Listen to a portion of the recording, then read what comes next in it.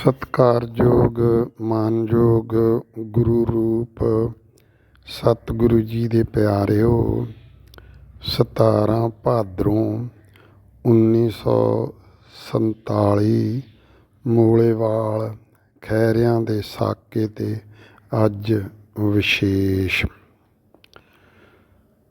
ਸੰਤਾਂ ਕੋਲੋਂ ਸੰਤ ਮਤ ਗ੍ਰਹਿਣ ਕਰਕੇ ਜਿਹੜੇ ਲੋਕ ਧਰਮ ਦੇ ਨਿਯਮਾਂ ਅਨੁਸਾਰ ਧਰਮ 'ਤੇ ਚੱਲੇ, ਉਹ ਲੋਕ ਏਕ ਨੂੰ ਪਛਾਣ ਕੇ ਏਕ ਵਿੱਚ ਸਮਾ ਗਏ। ਪਰ ਕੁਝ ਕੁ ਲੋਕਾਂ ਨਿਯਮਾਂ ਨੂੰ ਤਾਂ ਪੱਕੇ ਕਰ ਲਿਆ, ਧਰਮ ਨੂੰ ਨਾ ਜਾਣਿਆ ਨਾ ਪਛਾਣਿਆ, ਨਾ ਧਰਮ 'ਤੇ ਚੱਲੇ। ਨਿਯਮਾਂ 'ਤੇ ਪੱਕੇ ਹੋਣ ਦਾ ਦਾਅਵਾ ਕਰਕੇ ਦੂਜੇ ਧਰਮਾਂ ਦੇ ਲੋਕਾਂ ਨੂੰ ਊਜਾਂ ਲਾਉਣ ਲੱਗੇ। ਤੇਰੇ ਧਰਮ ਵਿੱਚ ਆਹ ਔਗਣ ਹੈ, ਤੇਰੇ ਧਰਮ ਵਿੱਚ ਆਹ ਔਗਣ ਹੈ, ਜਿਸ ਤੋਂ ਨਫ਼ਰਤ ਅਤੇ ਈਰਖਾ ਪੈਦਾ ਹੋਈ। ਈਰਖਾ ਤੋਂ ਲੜਾਈਆਂ ਕਰਾ ਕੇ ਵਸਦੇ ਰਸਦੇ ਘਰਾਂ ਨੂੰ ਤਬਾਹ ਕਰ ਦਿੱਤਾ। ਏਤੀ ਮਾਰ ਪਈ ਕਰਲਾਣੇ, ਤੈਂ ਕੀ ਦਰਦ ਨਾ ਆਇਆ।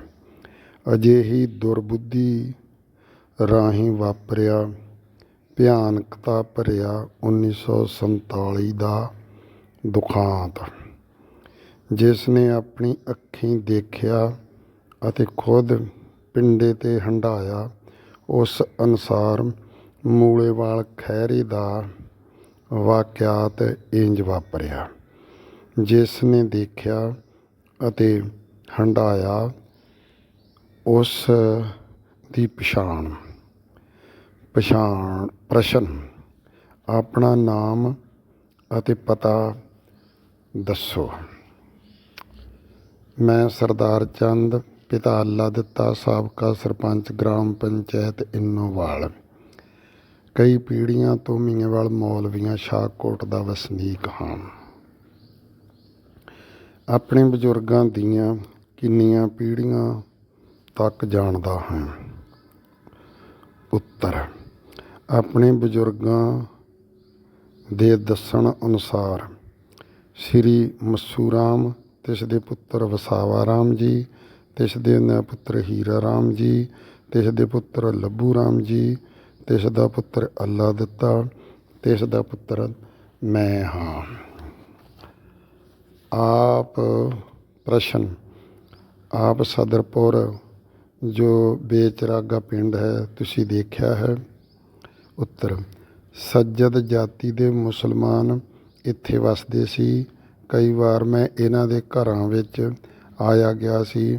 ਇਹਨਾਂ ਦਾ ਇੱਕ ਬਜ਼ੁਰਗ ਬੰਦਗੀ ਵਾਲਾ ਸੀ, ਜੋ ਅੱਜ ਕੱਲ੍ਹ ਪੀਰ ਟਾਹਲੀ ਸ਼ਾਹ ਦੀ ਜਗ੍ਹਾ ਹੈ। ਇਹ ਉਸੇ ਬਜ਼ੁਰਗ ਦੀ ਕਬਰ ਹੈ। ਇੱਥੇ ਹੀ ਉਹਨਾਂ ਦਾ ਘਰ ਸੀ। ਲਾਗਲਾ ਖੂਹ ਇਸੇ ਦੇ ਪਰਿਵਾਰ ਦਾ ਹੈ। 1954-55 ਦੀਆਂ ਵੱਡੀਆਂ ਬਾਰਿਸ਼ਾਂ ਕਾਰਨ ਮਕਾਨ ਢੱਠ ਗਏ। ਵਸਿੰਦੇ ਪਤਾ ਨਹੀਂ ਕਿੱਥੇ ਚਲੇ ਗਏ, ਮੈਂ ਅੱਜ ਤੱਕ ਨਹੀਂ ਦੇਖੇ। ਸੰਨ 1960 ਦੀ ਮਰੱਬੇਬੰਦੀ ਸਮੇਂ ਸਰਕਾਰ ਨੇ ਇਸ ਨੂੰ ਬੇਚਰਾਗਾ ਪਿੰਡ ਐਲਾਨ ਦਿੱਤਾ। ਪ੍ਰਸ਼ਨ।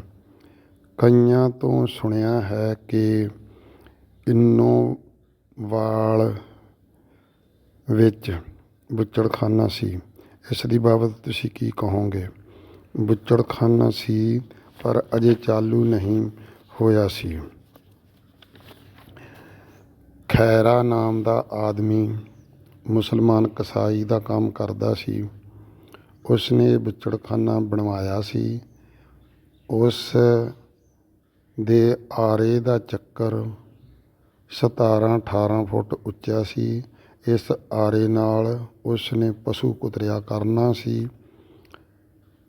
ਚਾਲੂ ਕਰਨ ਤੋਂ ਪਹਿਲੇ ਹੀ ਉਹ ਬੁੱਚੜ ਭੱਜ ਗਏ, ਕਿਉਂਕਿ ਭਾਰਤ ਅਤੇ ਪਾਕਿਸਤਾਨ ਬਣ ਗਿਆ ਸੀ। ਪ੍ਰਸ਼ਨ।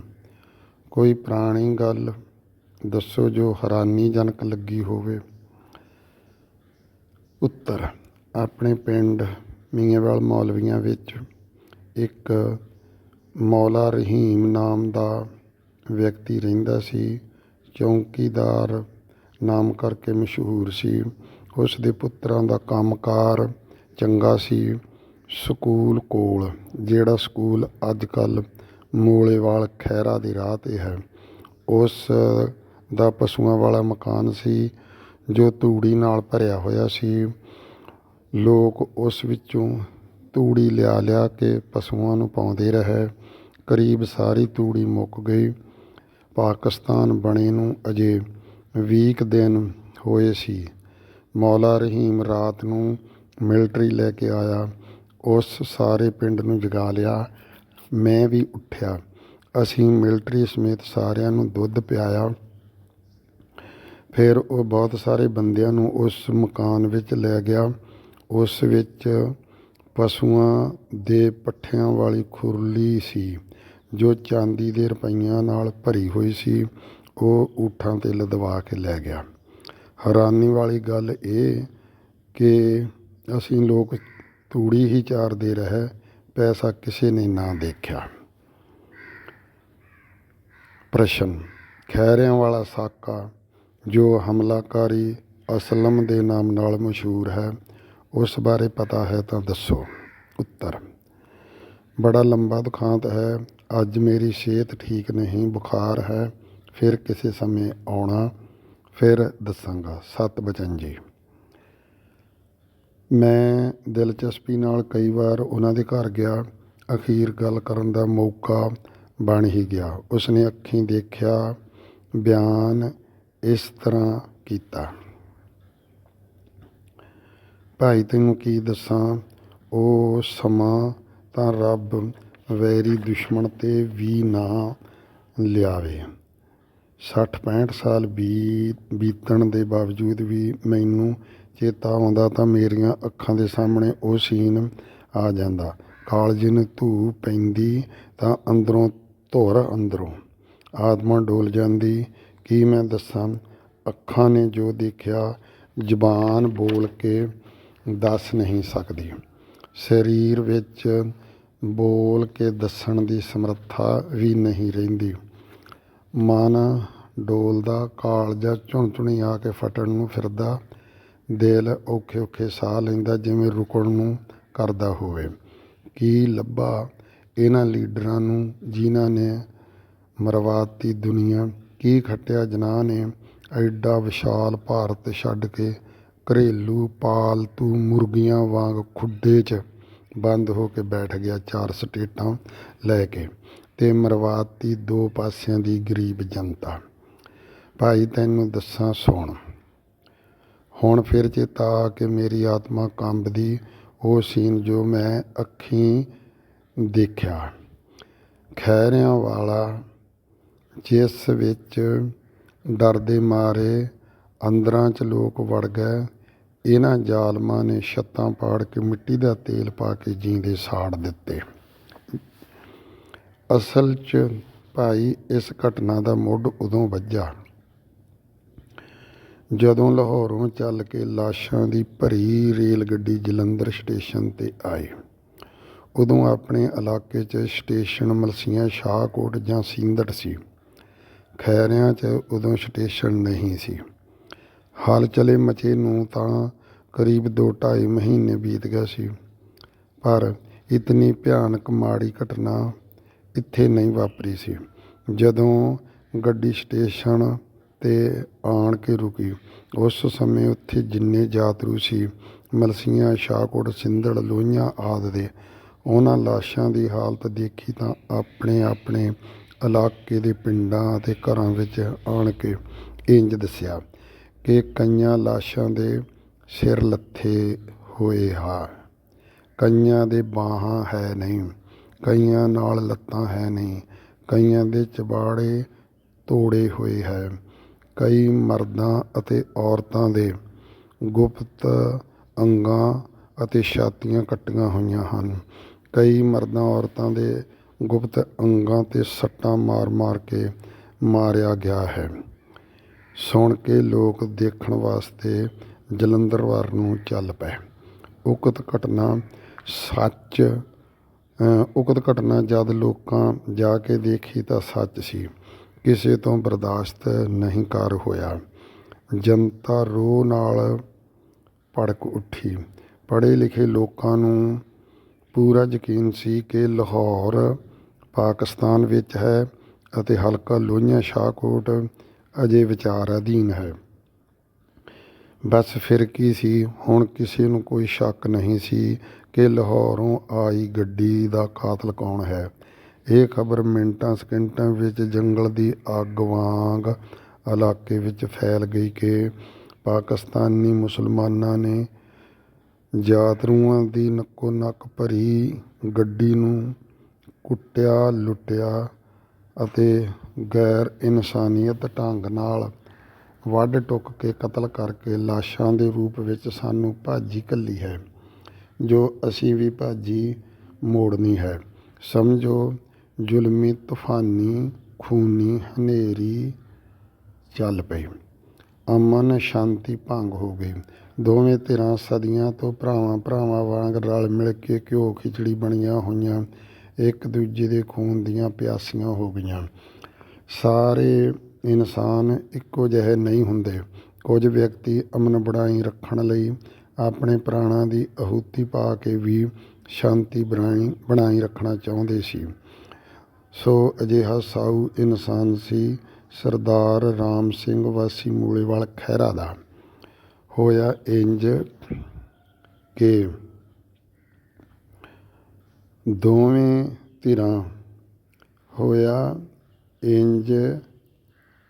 ਦੋਵੇਂ ਧਿਰਾਂ ਦੇ ਨੌਜਵਾਨ ਗੱਭਰੂ ਇੱਕ ਦੂਜੇ 'ਤੇ ਖੂਨੀ ਹਮਲੇ ਲਈ ਤਿਆਰ ਹੋ ਗਏ। ਰਾਮ ਸਿੰਘ ਸਵੇਰੇ 9-10 ਵਜੇ ਮੀਆਂ ਯਾਰ ਮੁਹੰਮਦ ਵਲਦ ਅਜ਼ੀਜ਼ ਅਹਿਮਦ ਵਾਸੀ ਮੀਆਂਵਾਲ ਮੌਲਵੀਆਂ ਕੋਲ ਆਇਆ। ਇਹ ਦੋਵੇਂ ਆਦਮੀ ਇਲਾਕੇ ਦੇ ਚੱਲਦੇ ਪੁਰਜੇ ਸਿਰ ਕੱਢਵੇਂ ਆਪਸ ਵਿੱਚ ਗੂੜ੍ਹੇ ਮਿੱਤਰ ਇਕੱਠੇ ਬਹਿੰਦੇ ਉੱਠਦੇ ਸੀ। ਆਣ ਕੇ ਰਾਮ ਸਿੰਘ ਨੇ ਕਿਹਾ, ਮੀਆਂ ਮੇਰੇ ਪਿੰਡ 'ਚ ਦੋਵਾਂ ਧਿਰਾਂ ਦੇ ਮੁੰਡੇ ਇੱਕ ਦੂਜੇ 'ਤੇ ਹਮਲਾ ਕਰਨ ਨੂੰ ਫਿਰਦੇ, ਤੁਸੀਂ ਆਓ ਅਤੇ ਆਪਾਂ ਉਹਨਾਂ ਨੂੰ ਸਮਝਾਈਏ। ਪਿੰਡ ਮੂਲੇਵਾਲ ਖਹਿਰਾ ਵਿੱਚ ਮੁਸਲਮਾਨ ਵੀ ਵਸਦੇ ਸੀ, ਬ੍ਰਾਹਮਣ ਵੀ ਸੀ ਅਤੇ ਸਿੱਖ ਵੀ ਸੀ। ਇੱਥੇ ਗੁਰਦੁਆਰਾ ਵੀ ਸੀ। ਇਸ ਗੁਰਦੁਆਰੇ ਦਾ ਗ੍ਰੰਥੀ ਨਰੈਣ ਸਿੰਘ ਸੀ। ਤਾਂ ਮੀਆਂ ਯਾਰ ਨੇ ਕਿਹਾ, ਰਾਮ ਸਿੰਘ ਜੀ, ਤੁਸੀਂ ਘਰੋਂ ਘਰੀ ਸੱਦੇ ਭੇਜ ਕੇ 4 ਵਜੇ ਦਾ ਟਾਈਮ ਰੱਖ ਲਓ, ਮੈਂ ਆ ਜਾਵਾਂਗਾ। ਦਿੱਤੇ ਟਾਈਮ ਅਨੁਸਾਰ ਮੀਆਂ ਯਾਰ ਮੁਹੰਮਦ 4 ਵਜੇ ਰਾਮ ਸਿੰਘ ਦੇ ਘਰ ਪਹੁੰਚ ਗਏ। ਤਦ ਤਾਈਂ ਮੰਡੀਰ ਆਪੇ ਤੋਂ ਬਾਹਰ ਹੋ ਕੇ ਰਾਮ ਸਿੰਘ ਦੇ ਹੱਥੋਂ ਨਿਕਲ ਚੁੱਕੀ ਸੀ। ਇਹ ਜਾਣ ਕੇ ਰਾਮ ਸਿੰਘ ਨੇ ਕਿਹਾ, ਮੀਆਂ ਜੀ, ਹੁਣ ਆਪਣੇ ਹੱਥੋਂ ਗੱਲ ਬਾਹਰ ਹੋ ਗਈ ਹੈ, ਤੁਸੀਂ ਛੇਤੀ ਚਲੇ ਜਾਓ, ਅਣਹੋਣੀ ਨਾ ਵਾਪਰ ਜਾਵੇ। ਤੋ ਮੀਆਂ ਯਾਰ ਅਜੇ ਰਾਮ ਸਿੰਘ ਦੇ ਘਰੋਂ ਬਾਹਰ ਨਿਕਲਿਆ ਹੀ ਸੀ ਕਿ ਮੰਡੀਰ ਉਸ 'ਤੇ ਡਾਂਗਾਂ ਸੋਟਿਆਂ ਨਾਲ ਵਾਰ ਕਰਨ ਦੀ ਤਿਆਰੀ 'ਚ ਸੀ। ਕਹਿੰਦੇ ਹਨ, ਘੋੜਾ ਜਾਤੀ ਨੂੰ ਆਪਣੇ ਮਾਲਕ ਦੇ ਦੁਸ਼ਮਣ ਦੀ ਬਦਬੂ ਆ ਜਾਂਦੀ ਹੈ। ਘੋੜਾ ਜਾਤੀ ਬਚਾਓ ਵਾਸਤੇ ਹਰਕਤ ਵਿੱਚ ਹੋ ਜਾਂਦੀ ਹੈ। ਐਸਾ ਹੀ ਹੋਇਆ। ਘੋੜੀ ਦੀ ਸਿਆਣਪ ਨੇ ਬਚਾ ਲਿਆ। ਮੀਆਂ ਅਤੇ ਘੋੜੀ ਨੂੰ 1-2 ਸੱਟਾਂ ਵੀ ਲੱਗੀਆਂ, ਪਰ ਘੋੜੀ ਦੀ ਬਹਾਦਰੀ ਸਦਕਾ ਮੀਆਂ ਸਹੀ ਸਲਾਮਤ ਘਰ ਪਹੁੰਚ ਗਏ। ਰਾਮ ਸਿੰਘ ਦਾ ਹਿਰਦਾ ਸਾਫ਼ ਸੀ, ਹਿਰਦਾ ਯਾਰ ਮੁਹੰਮਦ ਦਾ ਵੀ ਸਾਫ਼ ਸੀ। ਇਕੱਠੇ ਵਸਦੇ ਰਸਦੇ ਲੋਕਾਂ ਨੂੰ ਪਤਾ ਨਹੀਂ ਕਿਸ ਹੋਣੀ ਦੀ ਨਜ਼ਰ ਲੱਗ ਗਈ ਜੋ ਇਹ ਦੁਖਦਾਈ ਘਟਨਾ ਵਾਪਰੀ। ਮੀਆਂ ਇਲਾਕੇ ਵਿੱਚ ਸਰਦਾ ਪੁੱਜਦਾ ਇਨਸਾਨ ਸੀ। ਉਕਤ ਘਟਨਾ ਜੰਗਲ ਦੀ ਅੱਗ ਵਾਂਗ ਫੈਲ ਗਈ। ਮੀਆਂ ਨੇ ਘਰ ਪਹੁੰਚ ਕੇ ਮੀਆਂਵਾਲ ਮੌਲਵੀਆਂ ਅਤੇ ਮੀਆਂਵਾਲ ਅਰਾਈਆਂ ਦੇ ਲੋਕਾਂ ਨੂੰ ਇਕੱਠੇ ਕੀਤਾ। ਉਸ ਦਿਨ ਸ਼ਾਮ ਨੂੰ ਦੋਵੇਂ ਪਿੰਡ ਇਕੱਠੇ ਹੋ ਗਏ। ਮੈਂ ਵੀ ਉਸ ਇਕੱਠ ਵਿੱਚ ਗਿਆ ਸੀ। ਮੈਂ ਉਸ ਸਮੇਂ 12-13 ਸਾਲ ਦਾ ਸੀ। ਮੀਆਂ ਨੇ ਆਪਣੇ ਭਾਸ਼ਣ ਵਿੱਚ ਕਿਹਾ, ਸਮਝੋ, ਇਹ ਹਮਲਾ ਮੇਰੇ 'ਤੇ ਨਹੀਂ, ਮੁਸਲਮਾਨ ਤਬਕੇ 'ਤੇ ਹੋਇਆ ਹੈ। ਇਸ ਦਾ ਬਦਲਾ ਲੈਣ ਵਾਸਤੇ ਤੁਹਾਨੂੰ ਬੁਲਾਇਆ ਹੈ। ਸਾਰਿਆਂ ਨੇ ਹੱਥ ਖੜ੍ਹੇ ਕਰਕੇ ਬਦਲਾ ਲੈਣ ਲਈ ਹਾਮੀ ਭਰੀ। ਇਸ ਤੋਂ ਬਾਅਦ ਸਾਰੇ ਆਪੋ ਆਪਣੇ ਘਰੀਂ ਚਲੇ ਗਏ। 15-20 ਬੰਦੇ ਮੀਆਂ ਦੇ ਘਰ ਰੁਕ ਗਏ। ਪਤਾ ਨਹੀਂ ਕੀ ਰਿਆਂ ਲਾਉਂਦੇ ਰਹੇ। ਮੈਂ ਤਾਂ ਘਰ ਆ ਕੇ ਸੌਂ ਗਿਆ ਸੀ। ਉਹਨਾਂ ਦੀਆਂ ਰਾਇਆਂ ਸਵੇਰੇ 10-11 ਵਜੇ ਇੰਜ ਹੋਇਆ। ਉਹਨਾਂ ਦੀਆਂ ਰਾਇਆਂ ਅਨੁਸਾਰ ਸਵੇਰੇ 10-11 ਵਜੇ ਇੰਜ ਹੋਇਆ। ਅਸਲਮ ਨੇ ਆਪਣੇ ਬਦਮਾਸ਼ ਰਾਤੋਂ ਰਾਤ ਇਕੱਠੇ ਕਰ ਲਏ ਸੀ। ਦੋ ਪਿੰਡਾਂ ਦੇ ਮੁਸਲਮਾਨਾਂ ਦਾ ਬਹੁਤ ਵੱਡਾ ਹਜੂਮ ਬਣ ਗਿਆ। ਹਰ ਇੱਕ ਕੋਲ ਲੋਹੇ ਦਾ ਬਰਸ਼ੀਨੁਮਾ ਹਥਿਆਰ ਸੀ। ਬਹੁਤ ਸਾਰੇ ਮਿੱਟੀ ਦੇ ਤੇਲ ਦੇ ਪੀਪੇ ਭਰੇ ਹੋਏ ਸੀ। ਜਾ ਅਲੀ ਦੇ ਨਾਅਰੇ ਲਾਉਂਦੇ ਹੋਏ ਮੁਸਲਮਾਨ ਅਚਨਚੇਤ ਮੂਲੇਵਾਲ ਖੈਰਿਆਂ 'ਤੇ ਜਾ ਪਏ। ਕਈਆਂ ਨੇ ਘਰਾਂ ਦੇ ਦਰਵਾਜ਼ੇ ਅੰਦਰ ਵੜ ਕੇ ਬੰਦ ਕਰ ਲਏ ਅਤੇ ਇਹਨਾਂ ਜ਼ਾਲਮਾਂ ਨੇ ਉਹਨਾਂ ਘਰਾਂ ਦੇ ਅੰਦਰ ਹੀ ਮਿੱਟੀ ਦਾ ਤੇਲ ਪਾ ਕੇ ਜੀਂਦੇ ਸਾੜ ਦਿੱਤੇ। ਸਰਦਾਰ ਸੁੰਦਰ ਸਿੰਘ ਬਚਾਓ ਵਾਸਤੇ ਪੋਤੇ ਪੋਤੀਆਂ ਨੂੰਹਾਂ ਅਤੇ ਪੁੱਤਰਾਂ ਨੂੰ ਲੈ ਕੇ ਗ੍ਰੰਥੀ ਨਰੈਣ ਸਿੰਘ ਸਮੇਤ ਭੋਰੇ ਵਿੱਚ ਵੜ ਗਿਆ। ਜ਼ਾਲਮਾਂ ਭੋਰੇ ਵਿੱਚ ਤੇਲ ਪਾ ਕੇ ਅੱਗ ਲਾ ਦਿੱਤੀ। ਬੱਚਿਆਂ ਸਮੇਤ 18-19 ਜੀ ਇਸ ਘਰ ਦੇ ਇਸ ਭੋਰੇ ਵਿੱਚ ਸੜ ਕੇ ਮਰ ਗਏ। ਸਾਰਾ ਪਿੰਡ ਹੀ ਅੱਗ ਦੀ ਲਪੇਟ ਵਿੱਚ ਆ ਗਿਆ। ਜਿਹੜੇ ਲੋਕ ਘਰੋਂ ਨਿਕਲ ਕੇ ਫਸਲਾਂ ਵਿੱਚ ਜਾ ਲੁਕੇ ਉਹ ਬਚ ਗਏ ਸੀ। ਬਾਕੀ ਦੂਜੀ ਕਿਸ਼ਤ ਵਿੱਚ। ਵਾਹਿਗੁਰੂ ਜੀ ਕਾ ਖਾਲਸਾ, ਵਾਹਿਗੁਰੂ ਜੀ ਕੀ ਫਤਿਹ।